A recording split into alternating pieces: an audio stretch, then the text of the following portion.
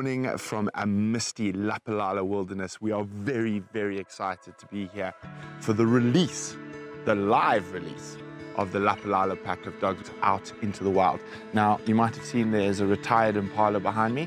And remember, in conservation, sometimes certain animals have to be used from the culling quota for situations like this, so its life is not in vain. We're going to follow the guys. We're going to go take the carcass up towards the dogs. They're going to get very excited because they're getting another free meal.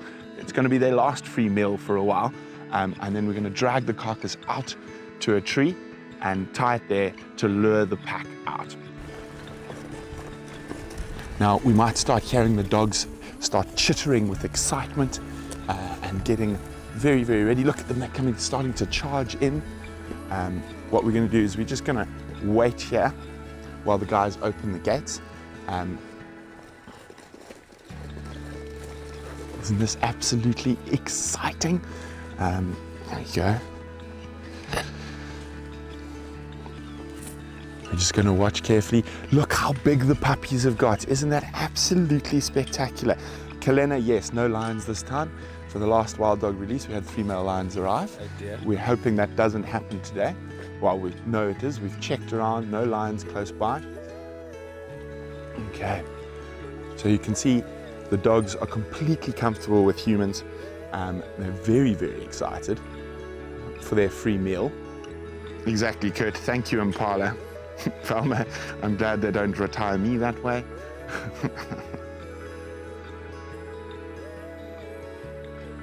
So, for the last while, the dogs have been used to the impala being dragged into there, and you'll see they might come running up now, thinking they're going to get a free meal. You can see the adults coming much closer.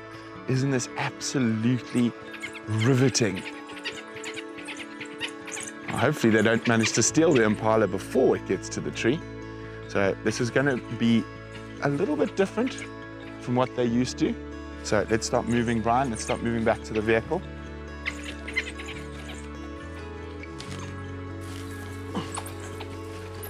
Some of the adults have come out, but the adults are out, the adults are out, the adults are out. They're following the carcass. Isn't this absolutely incredible? Remember this, guys, this is live. Janet, the wild dogs are not a threat to human beings. There's actually never been a recorded case of a wild dog attacking a human being in the wild. Okay, let's get ready. Let's go jump on the vehicle. Let's give them as much space as possible as they need to get out.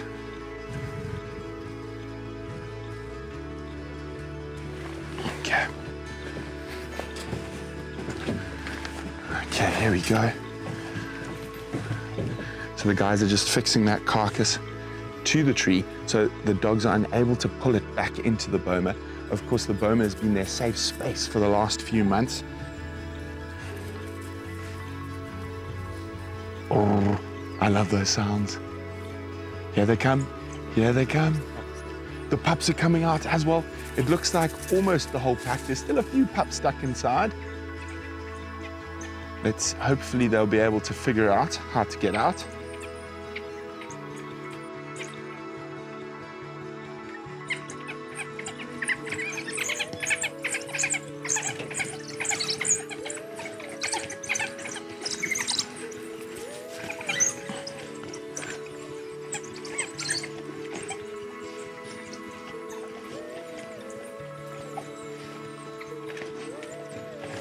So this is the first steps in many months. Here comes the first puppy coming to join the adults, and the second.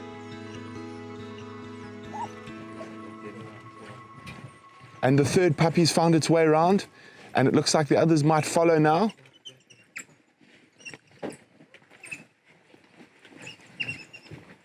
Look at that.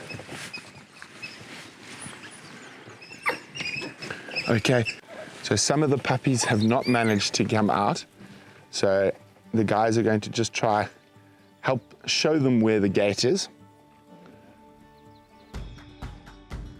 Now you can possibly just start hearing some faint woo calling in the background. It's the alpha female trying to call the pups out.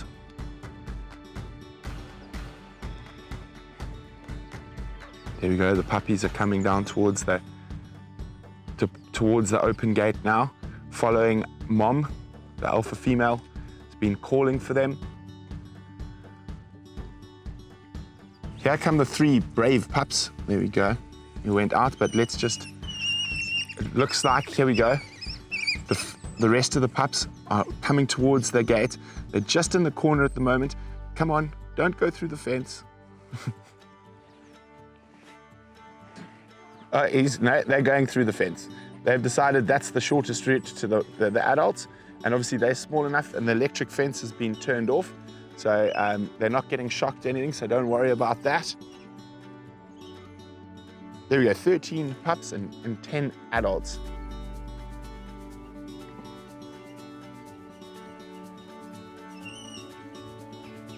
There we go, lots of the pups now coming straight through the fence.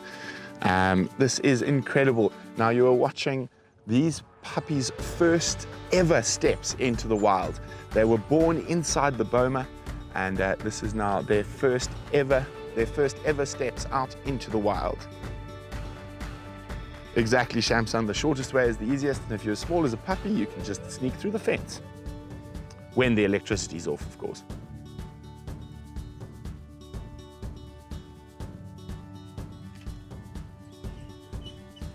It shouldn't be too long. I think there's only 4 puppies left inside. Now, of course, wild dogs have a very high mortality rate in the wild. Depending on the area, it can be as high as 80%. There we go, 1 puppy. There come the last of the puppies. I think that's everyone. Oh my goodness, I think that is the whole pack out into the wild.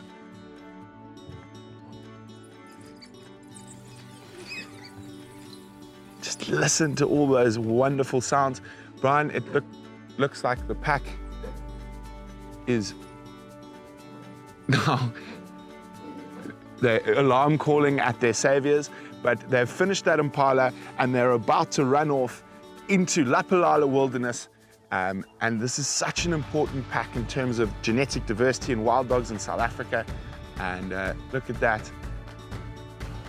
They look quite excited to be out of the boma. But of course, no more free meals.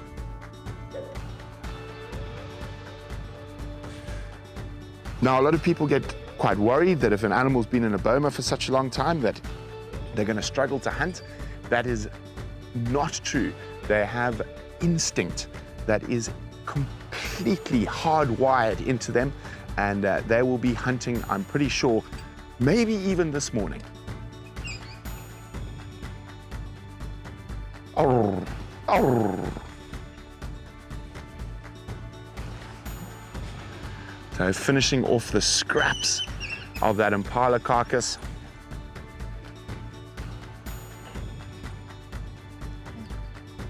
And they get to explore their new home. There we go, exactly. As Glenn says, room service is now done.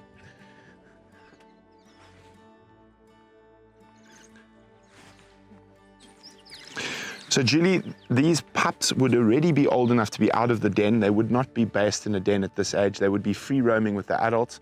And the adults have been free roaming their whole lives. So they have experience with other predators, and they're gonna have to impart that experience onto the pups. Oh, there's lots of begging now for the pups because they were late to get to the kill. They're, please, please regurgitate, come quickly, regurgitate, I'm still hungry. You know, we were very worried in 2018. We were down to just 5 individuals. And, you know, through hard work and educating landowners and farmers in the area, we're now up to 42 dogs. So we've increased this population from 5 in 2017 to 42 now. That's including the pups. With the adults, probably you're looking at about 28 dogs, if I'm not mistaken. That's incredible. Yeah, and recently, actually, while these dogs have been in the boma, we found another pack in the area that had successfully raised pups, so we were very excited about that. 4 adults, about 60 kilometers from here, had 7 pups. What is the cost of having so many collars? Very, very expensive. I mean, a satellite collar would cost you about 30,000 Rand. So about $2,000 to $300, somewhere around there. And we've got 3 satellite collars on this pack. There goes the last one with some... There we go, running. Oh, we've still got a few bouncing about.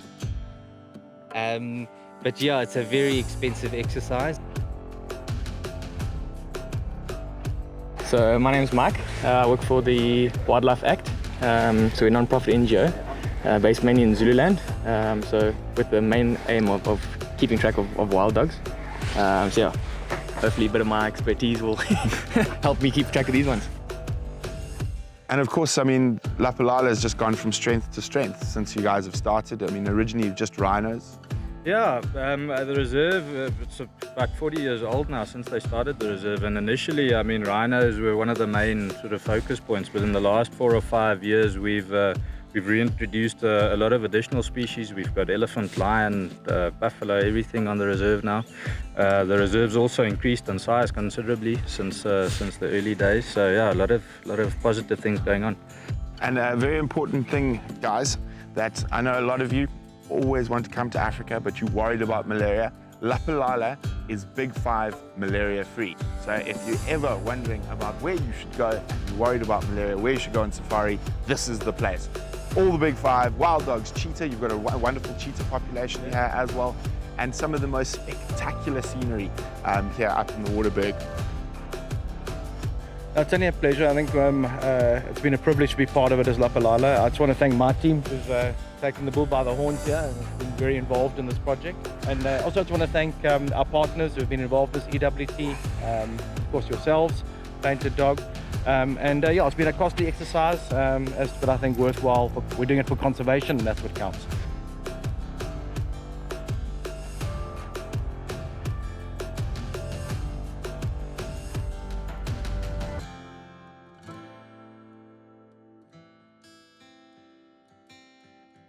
Well, a big thank you to everyone involved, of course, to Glenn and Lapalala, and to Mike from Wildlife Acts, Derek, EWT, of course, our team. But it's been great, it's been grand. The dogs are gone, and we will hopefully come back and have a look at them once they're free roaming in a little while. So thank you very much for being part of this absolutely epic experience.